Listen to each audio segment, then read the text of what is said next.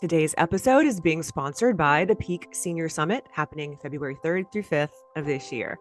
I participated in this summit last year and it was so fun and so awesome that I decided absolutely yes, I will contribute again. And I'm teaching something a little different this year. But you guys, you can register for this for free. And one of the things that I love about participating in this summit in particular is that you can learn about all kinds of different things as it relates to senior photography. So it's not just marketing, which is what I'm teaching. It's also shooting and lighting and editing and booking clients, getting clients, workflow, systems, automations. There's so many different amazing instructors involved, and you can get access to all of it for free. And yes, it is virtual. I'm going to make this very easy and simple for you. So I'm going to put the link in the show notes, whether you're watching this on YouTube or you're listening on whatever podcast platform you listen to. The link is going to be below. Grab your free ticket.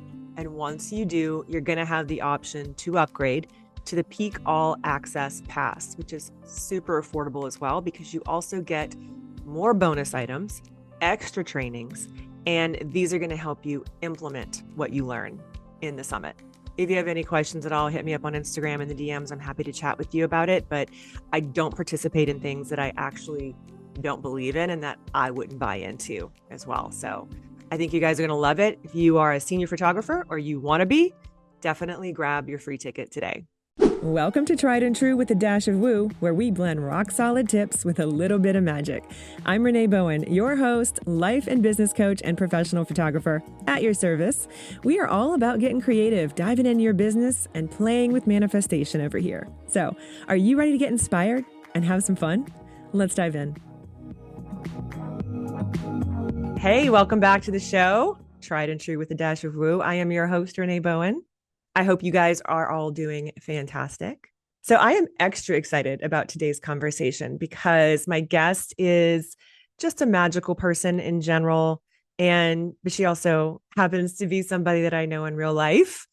She's in the mixer mind with me, and she's just a delightful human with the best energy. Like, I can't even, you guys are going to love her. And we're also talking about something that I think every single one of you has either avoided, underestimated, or put on that someday list, which is speaking on stages. But we're also talking about speaking on your lives, on your stories, showing up, your visibility for your business, for your brand. A lot of you guys are super triggered when you got to show your face or, speak with your mouth instead of just typing, right? So it's not that we're talking just about the kind of speaking, that requires a TED stage. I'm talking about using your voice as the bridge between who you are and the people who need to hear you.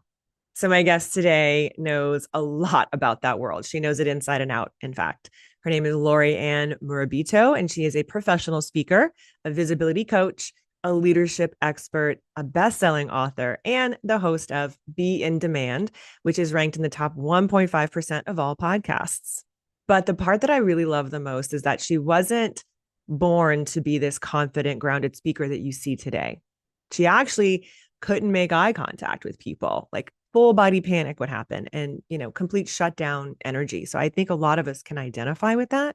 And through a mix of identity work, visualization techniques that she actually started using long before she really understood what she was doing, and a belief that she meets the most interesting people wherever she goes, she built a career that literally revolves around being seen. So today we're breaking down the part of visibility that nobody really talks about, the part where you have to decide who you want to be before you ever stand in front of a single person.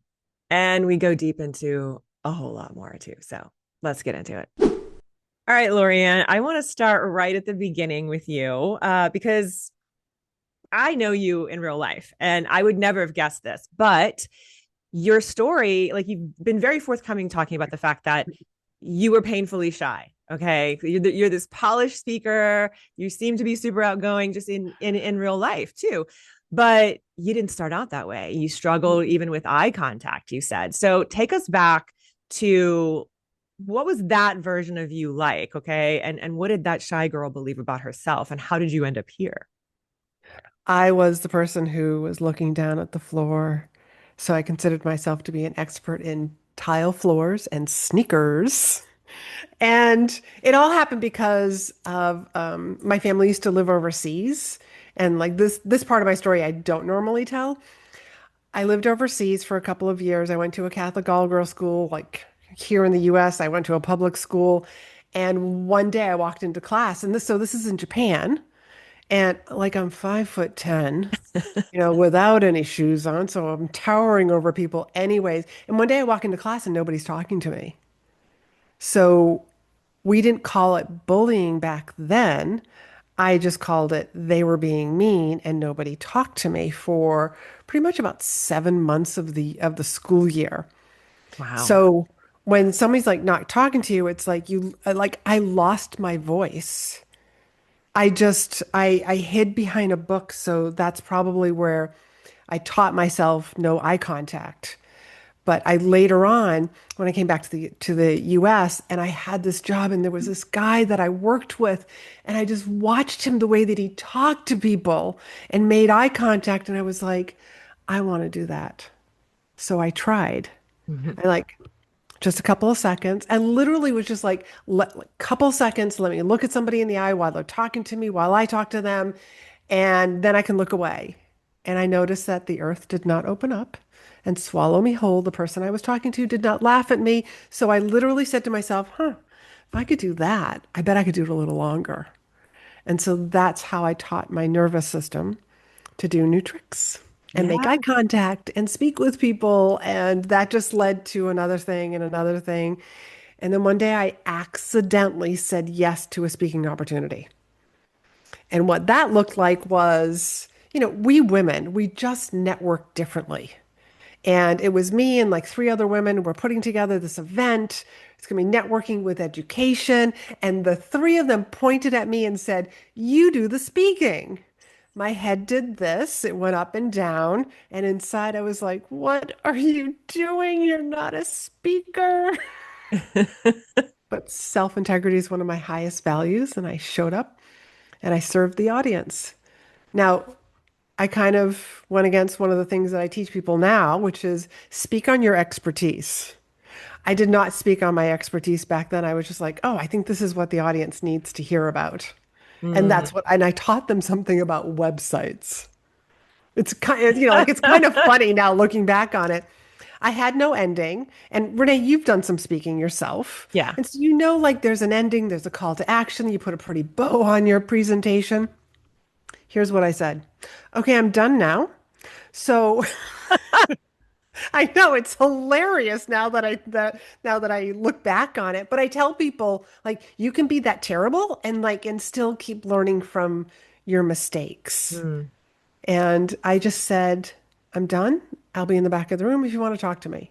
And people came up to me Mm. and said, "Can you tell me more? Like, how do we work with you? And like, what else do you do and talk about?" And I'm just like, "What?" I love that so much because it was like, it's also really kind of ties into like that true authenticity, right? Like at the end of the day, people are going to connect with you and your resonance and the energy that you Mhm. have.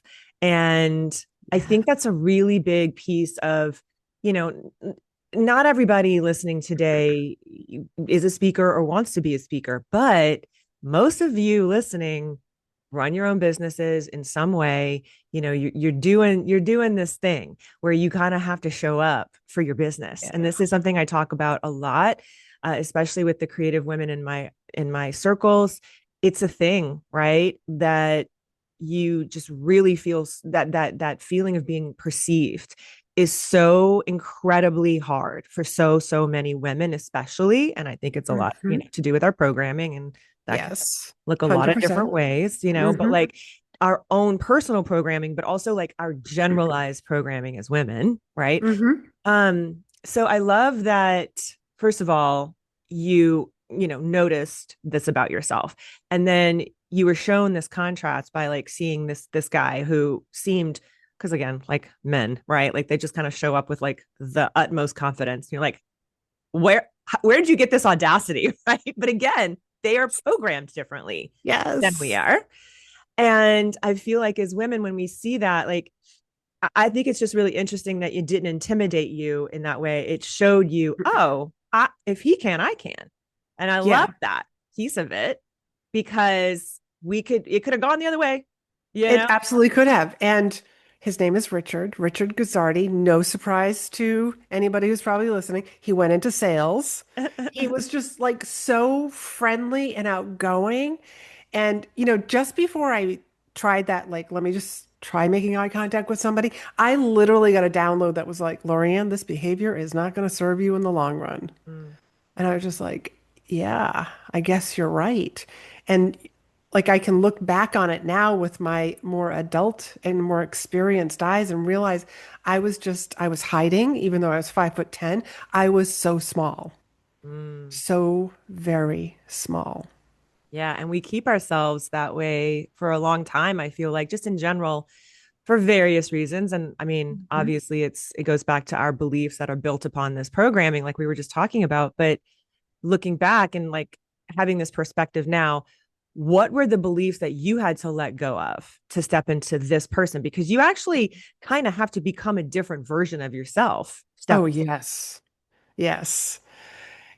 Who did I become? I think I really started to, and this was before I knew anything about visualization or like how my thoughts change things and how if I wrote things down, like I was so surprised later on. Like I had one of those digital, so I can't think of like what it's called, right? It was a PDA, that's what it was, by Oh, Hewlett yes. Packard. I Yes. had one of these, and this was when I was in healthcare. And I remember like one day just like typing in like, here are 3 goals that I want, and totally forgetting about it. And then like years later, like not years, but later in the year, be like, oh my God, I wrote that down. Oh, that happened. That Mhm. happened. That all three happened. And I was just like, huh, I wonder what else I should write down. I mean, I still don't write a lot of things down, but I'm reminding myself of it's happened so many times. And it was about, like I wrote something down that obviously meant something to me. And who do I have to be to be Mm. to become the sort of person that's in their life? And then I just like, oh, okay, like this is how I need to act. This is how I need to be. Like I get up and go to the gym every day. Like it's not a question. It's something that I started doing when I started working in a hospital. And in the Boston area, there's a ton of traffic. And I was just like, I'll tolerate traffic one way. So that's what got me to get up early and go to the gym before I went to the hospital. Mm. And I still do this today. But I also heard somebody once say, you got to earn your shower.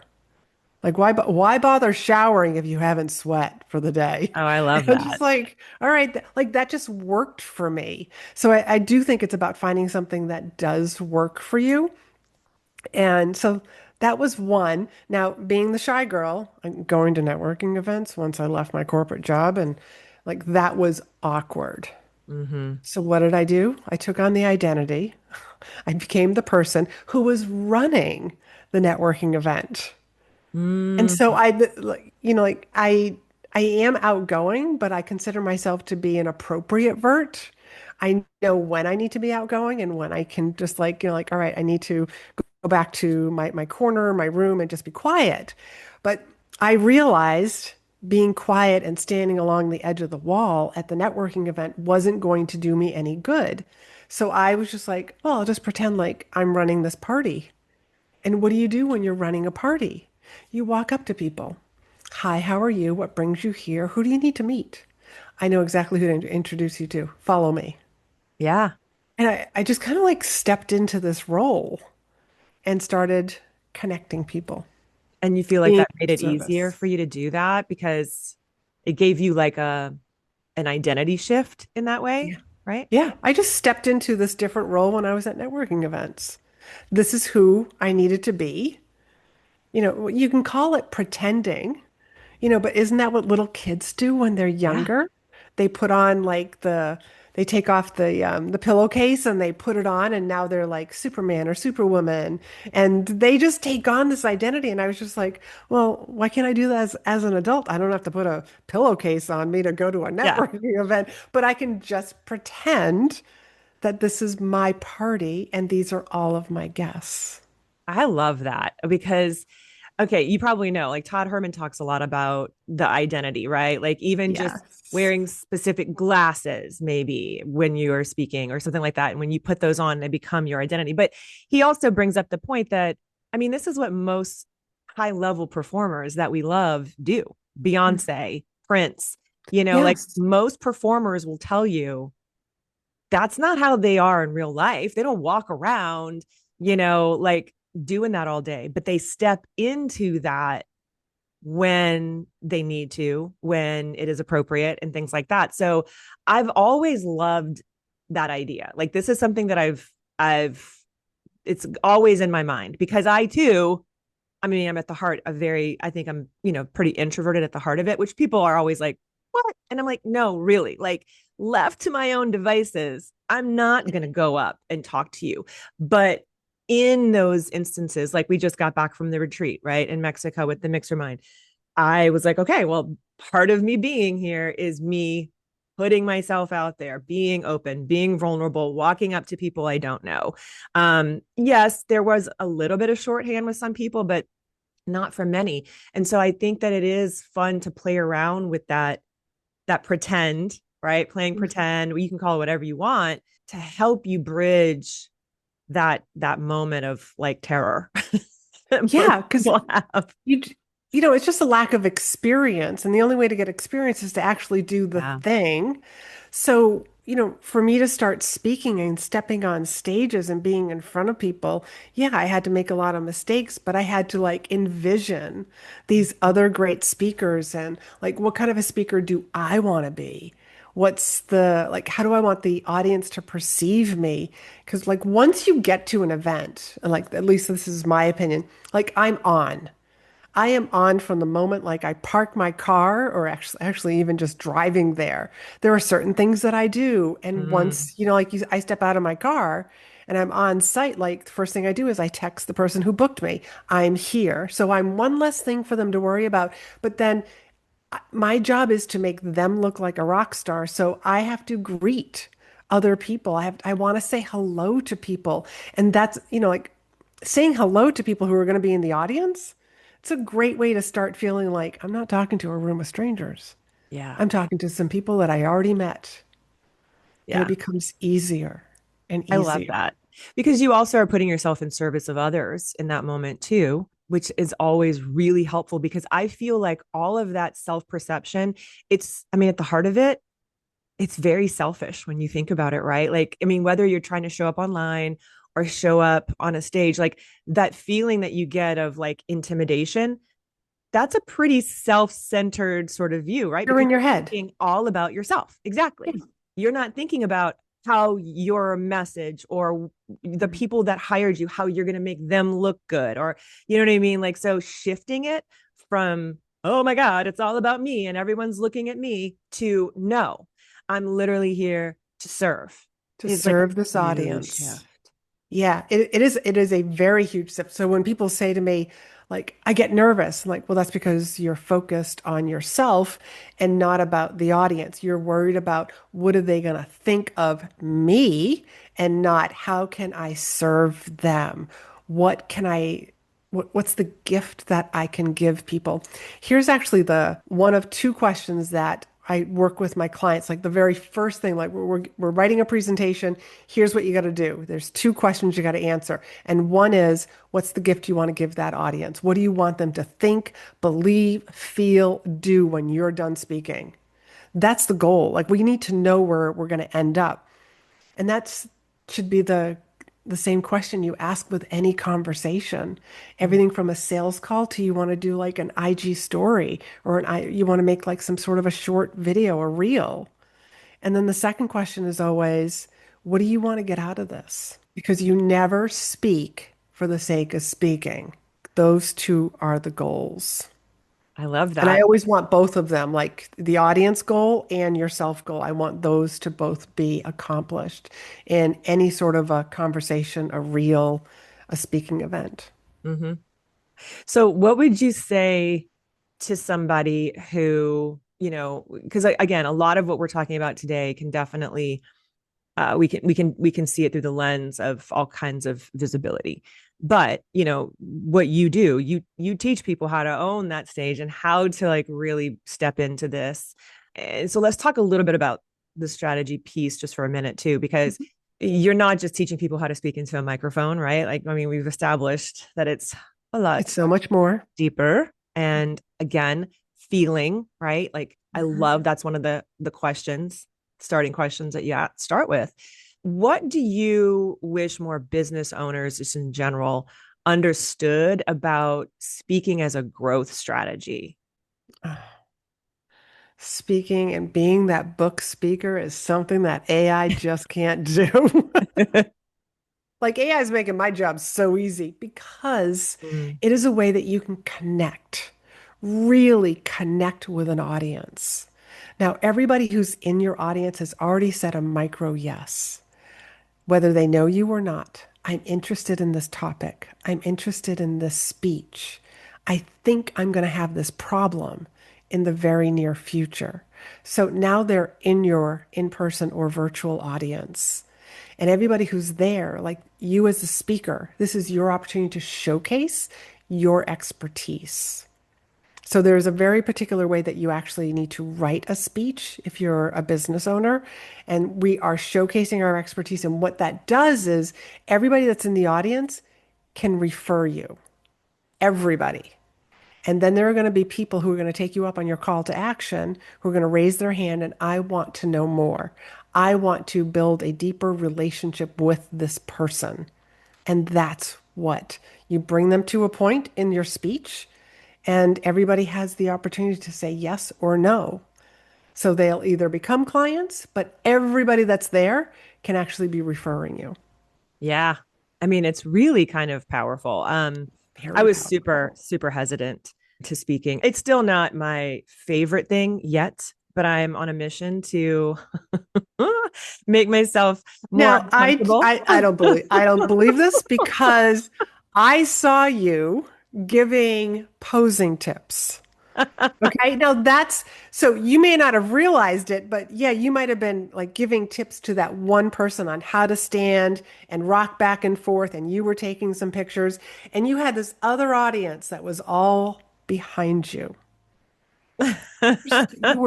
You thought you were only serving that one person, but you were serving all of us.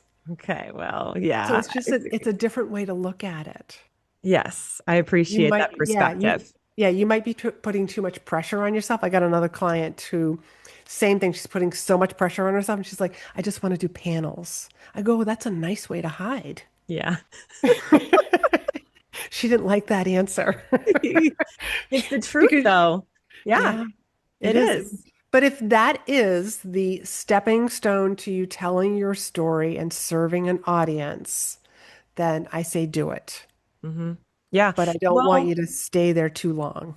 yes, exactly. I agree because again, like for me, yeah, I feel so much safer being on a panel. Mhm. It's not just me.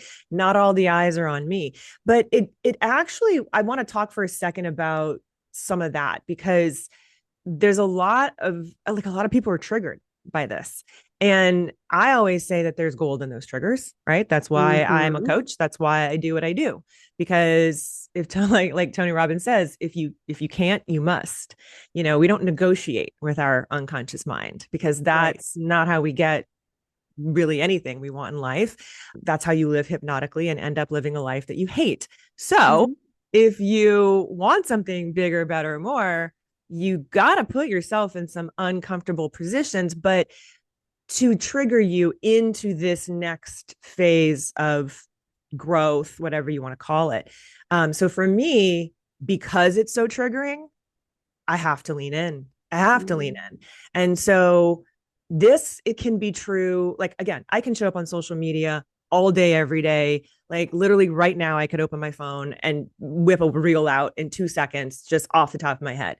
But put me on a stage with physical people, real, actual human beings looking at me in a room. I don't care if it's just 10 of them. I will get this rise of anxiety.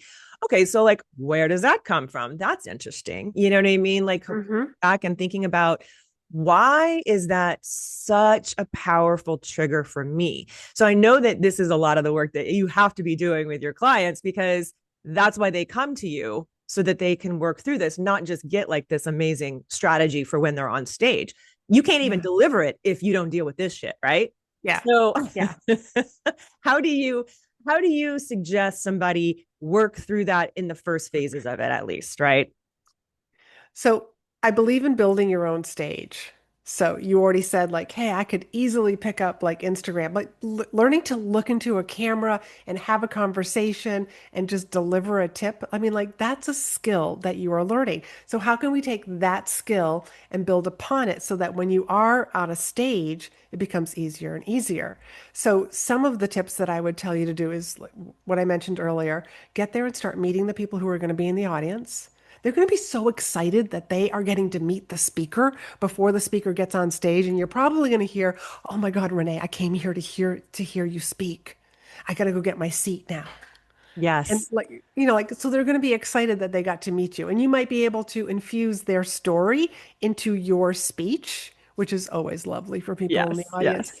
And then when you're on the stage, it's like, where is your energy? I do a pre-speaking routine. I tell all my clients to do this also. Like, what is something that you can do that gets your energy, raises your energy so that the best version of you shows up? For me, it's a couple of songs, put my AirPods on, kick off my heels, and I'm usually walking back and forth in some service hallway. That's what I'm doing. It's music and movement for me. And then I show up, and when you're on that stage, I mean, take a moment, make eye contact with not everybody, Mm-hmm. because that might be look so overwhelming. How about one person and then another person? And I'm not talking about like you say like one word, one word, one word. I'm talking about like a sentence where you are literally connecting with a person. And here's a theater tip.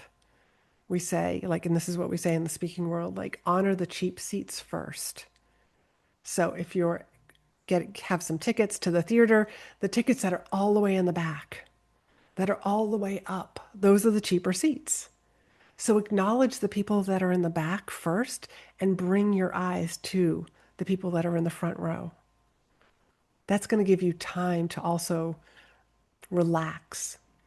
And when like I'm not a big fan of memorizing your speech unless you're doing a TED Talk, in which case you only have 15 minutes, so you got to make sure you get all those words in. Yeah. Your beginning and your ending are the two places to memorize. And the Mm. beginning so your opening and your authority section, I want you to memorize those so that they just fall out of your mouth. Because as you're having those butterflies and you're a little nervous, you already know exactly what to say. Like your body knows what I'm going to say. And Yeah. it just flows. And by the time that you're done those two sections, those butterflies are gone. Yeah. And you will have connected with the audience. And so that anxiety that you're experiencing is going to go down. And That's then a there's also the point of, you don't have to start with an audience of 10,000. Okay, folks, like I love little audiences. Give me 25, 30 people any day because I will have met them or listened, to who they are. And then I will point them out during my presentation. Like Renee is a photographer and and I'll like incorporate that like into my speech. And I'll do that for multiple people. So there's so many fun ways that you can just make it a fun experience for the audience. you're almost kind of looking at it, you can gamify it, right? Like that a little bit, right? Like, oh, I Mhm. wonder, and you can kind of give your unconscious mind a little game with it too. Like, I wonder who I'm going to meet, or I wonder what's, what's going to show up for me here too, like unexpected things, right? Like, so that you can kind of get excited about it because anxiety and excitement, same chemicals in the brain, Yes. and in the body. So if you can kind of shift it, like, oh no, I'm not anxious. I'm just very excited. Excited. Have you read Dr. Benjamin Hardy's Be Your Future Self Now? Have you read that No, book? I have not. Okay. In the beginning, he's got this great perspective. I mean, first off, your future self is going to be here one day, whether you like Yeah. it or not. So why not plan on who that person's going to be Yep. so that it's who you want. In the beginning of the book, he talks about how he looks at like his time with his children. He goes, I come home from the office and I park the car and he goes, I mentally prepare for going in the house Mm. and I pretend that I got to hit the rewind button on this evening. He goes, this is my second chance. He goes, I get to redo all the faux pas. So how do I want this evening to go? And Ooh. I love that. So I'm thinking about this like in regards to speaking or, like recording a podcast. It's like I got to hit the rewind button. I get to do this again. So version two, what do I want this to be like? So I'm thinking like for you, like you're about to step onto that stage. I mean, can you imagine just thinking, I've already done this. I already did my dress rehearsal. Yeah. I'm doing this again, and here's what I'm changing. Ooh, yeah, that's fun. I really like that. That's a really nice little shift, just for, like you said, any of those little pieces. And like for me, I had to do this 90-minute talk last year. And I was like, 90 minutes, guys, like really? Like that's a long ass time to be the only person talking. And they didn't want it to be like a workshop where it's like super interactive. I was like, okay. So, I mean, it ended up going really, really well. It went really, really well in multiple ways, which a lot of those surprised me. But like going into it, it seemed very like insurmountable. And my husband is an actor. And so I was having this conversation with him, and he's been acting his whole life. And I was like, "God, I don't know why this like feels so big. Like this just feels like super hard for me." And he's like, "Well, you've got a while. Like they booked me really far in advance." He's like, "You've got a lot of time." He's like, just prep. He's like, honestly, it's just prep. Just do it over and over and over again out loud in front of me, in front of your computer. Just practice. He's like, Yeah. that's literally most of the game. He's like, that's how he learned to do what he does, right? Like you show up on set, you got to know what you're going to say. And it depends on the director. Sometimes they're going to give you some leeway to improv, and sometimes they want you to stick to the script.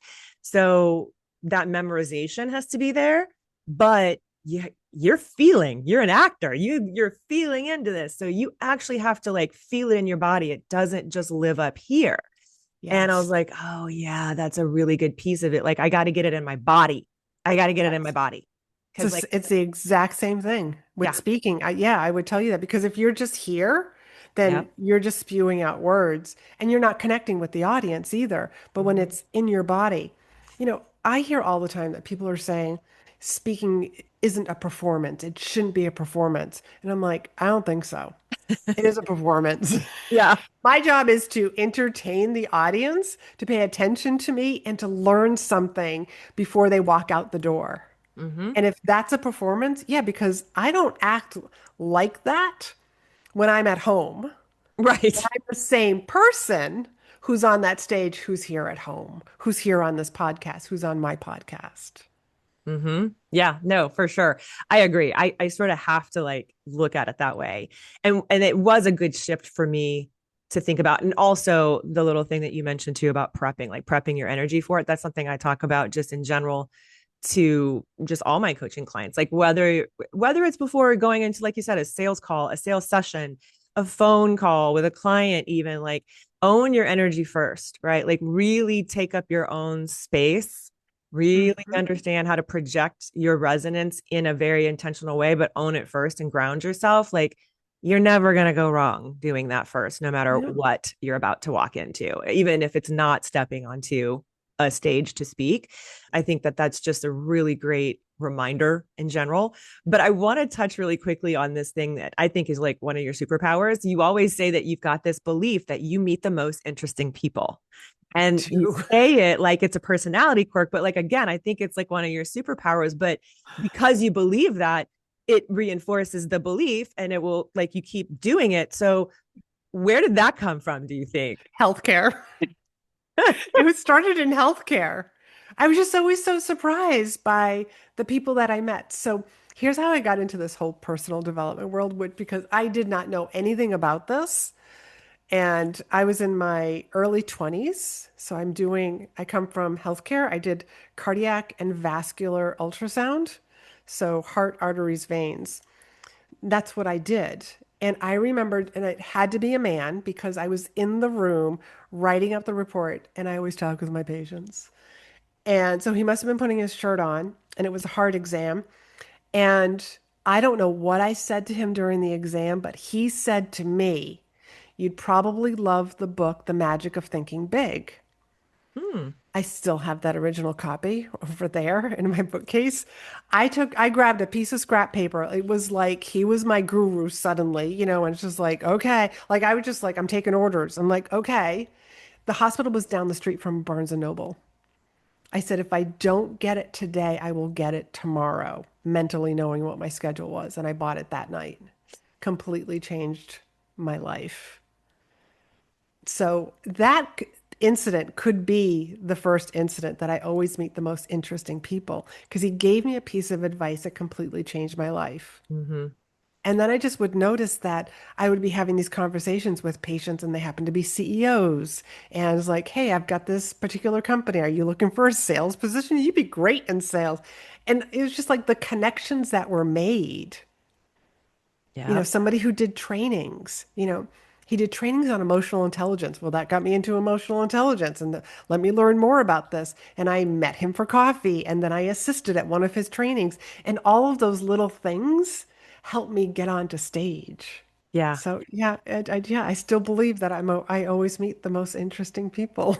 Well, yeah, because I think it has a lot to do with the fact of you're willing to, first of all, have a conversation, like an actual real conversation with people and let them talk, right? There's a lot of magic in that. And I mean, any anybody who is in any level of sales or any of that that's always one of the things that they teach you, right, is like let Yeah. them talk more than you, right? Because if Yes. And especially when I'm during a in those, negotiation. yeah, and when I'm in those situations, like I can feel the questions that they're asking me. So they're putting a spotlight on me, and I mentally try to like shift that Mm-hmm. because I don't want the conversation to be all about me. I really want to learn about you.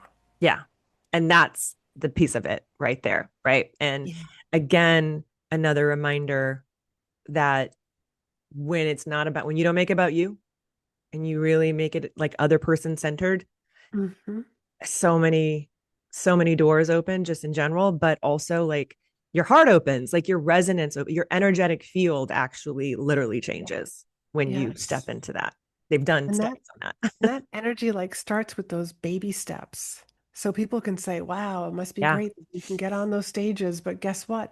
I had conversations with patients one on one Mm-hmm. that moved me to, like doing a little bit more smaller workshops when I worked for Siemens and then quitting that job. And like now I'm going to networking events and I'm pretending to host the event. And then I say yes to a speaking opportunity and I'm speaking. Like it's all these little itty bitty baby steps that all add up. So it's Yeah. like, what can you do today to be sharing with the world what you know? That's, I really do believe in like learn something, go teach it because Yes. it will reinforce it even more for Yep. you. You know, I know that Facebook took down all the older Facebook lives, but I used to tell people, go watch my first Facebook live. You want to see a train wreck? I mean, and I was a woman who had been on stages. And all of a sudden I did my first Facebook Live and I was just like, oh my God, like I was flat. There was no personality. You couldn't feel me. There was like no energy. But I left it there because I wanted people to see the progress that I made. Mm-hmm. Same thing with my podcast. Go listen to the first episode. You know, I remember recording that one. Do you remember recording your first Oh episode? yeah. Oh yeah. Yeah. You're so different now, aren't you? Yeah. And I mean, it's just 3 years in. Yeah. It's the Yeah. more you do something, the more practice you get, the more confident you have to take the steps.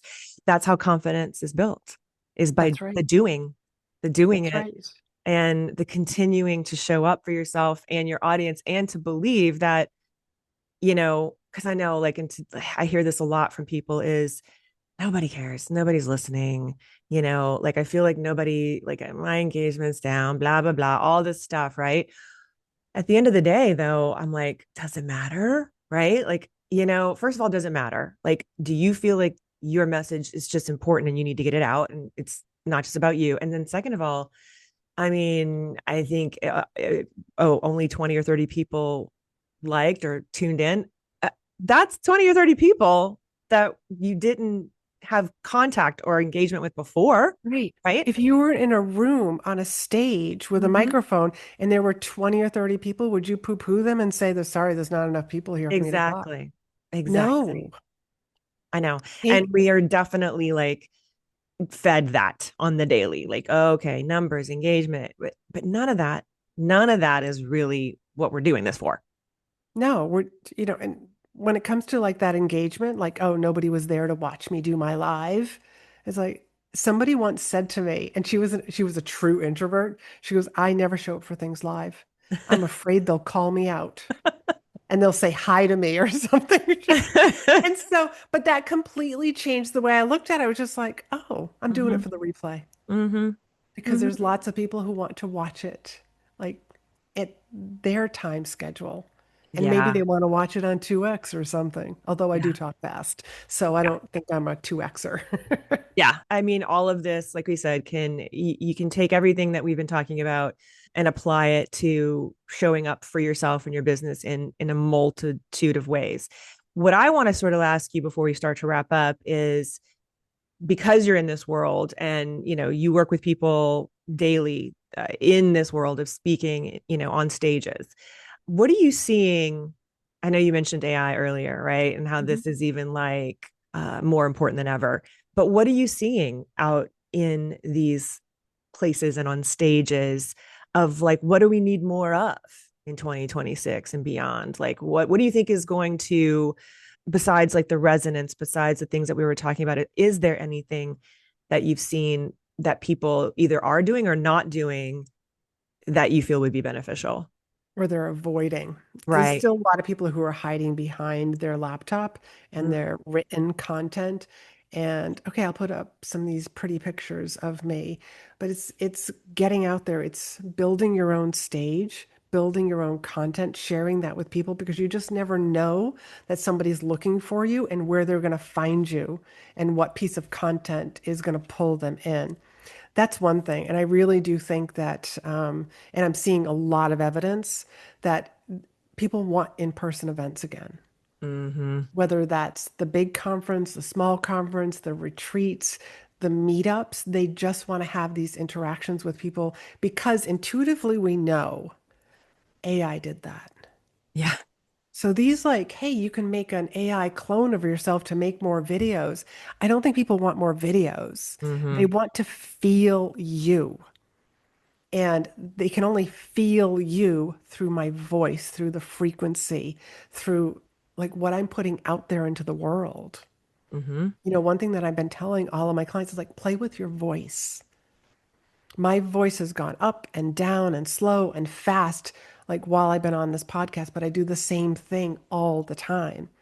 And the best place to practice, so you don't feel like I got to get it perfect when I do my IG live, practice at home. Practice with your kids, with your spouse, when you're out at the grocery store talking to the cashier. Yes, talk to the cashier. Avoid the self-scanning lines so that you get to interact with other people.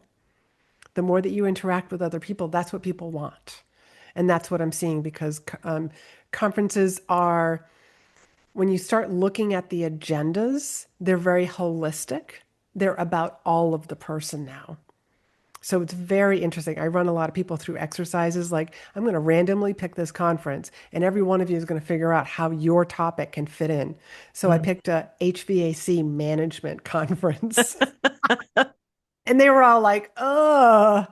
But once I opened up the agenda and they saw, then they all took their topic and tried to like, this is how I could fit into there.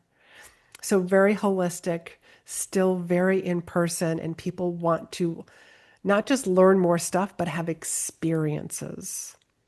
And that's what you being the book speaker and sharing your expertise is about giving the audience an experience and give them one that they remember you, that they feel you. They walk away and they're like, I remember this woman, Renee. And here's a piece that she said in her presentation that has stuck with me. And that was 3 years ago that I saw her speak. Hmm. Yeah, that's awesome. I love that. I could talk to you all day. You just Yes, have you're my such a great people. energy. Yeah, you're my people, 100%. But like, just so you guys know, like, you can totally sense, like, if you're watching this, especially on YouTube, you can totally sense her energy. But like in person, it's pretty intensely awesome. In a Thank good way. you. Thank you. I so appreciate that.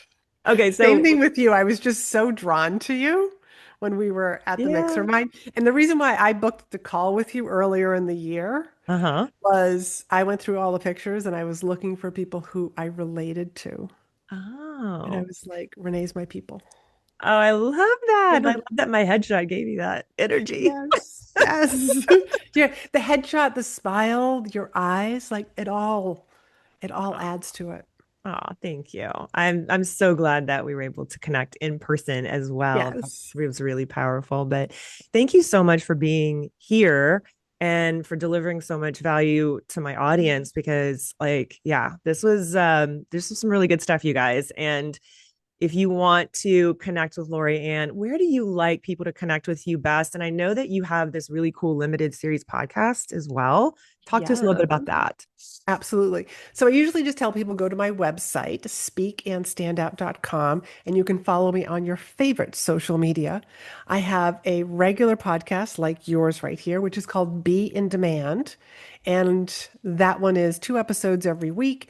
And then I came out with a limited series. So it's a total of 18 episodes from beginning to end. And that one is called Public Speaking Monetization Tips. And that will Mm. walk you through from where to even find places to speak, all the way up to how can you sell from the stage without sounding salesy at all. And also, there's an important episode, avoid these mistakes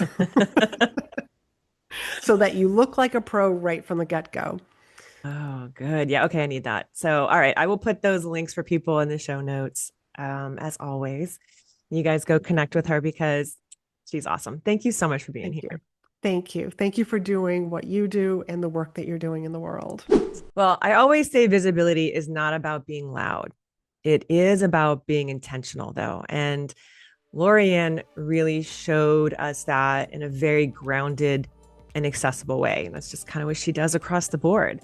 And what I really love about her story is that it reminds people that their voice is a muscle and their presence is practice. And the world responds to the identity that they choose to walk in. So, for everybody listening or watching, if you have a story, a message, or a spark that you know that you are supposed to be sharing and bringing to the world, go check out everything Laurie-Ann is doing. Her resources are generous and her insight is next level. And if you ever thought, hey, maybe I could speak someday, maybe this is your sign. She's just a pretty awesome human in general. So you're going to love her. And thank you guys again for tuning in to another episode of the show. I hope that it brought you awesome value. And if it did, please share it with a friend. You can always connect with me on Instagram and let me know what you think about it. You can also leave us a review at ratethispodcast.com/Renee Bowen. Have a great rest of your week. Do something good for yourself. And I'll talk to you next time. Love you. Bye.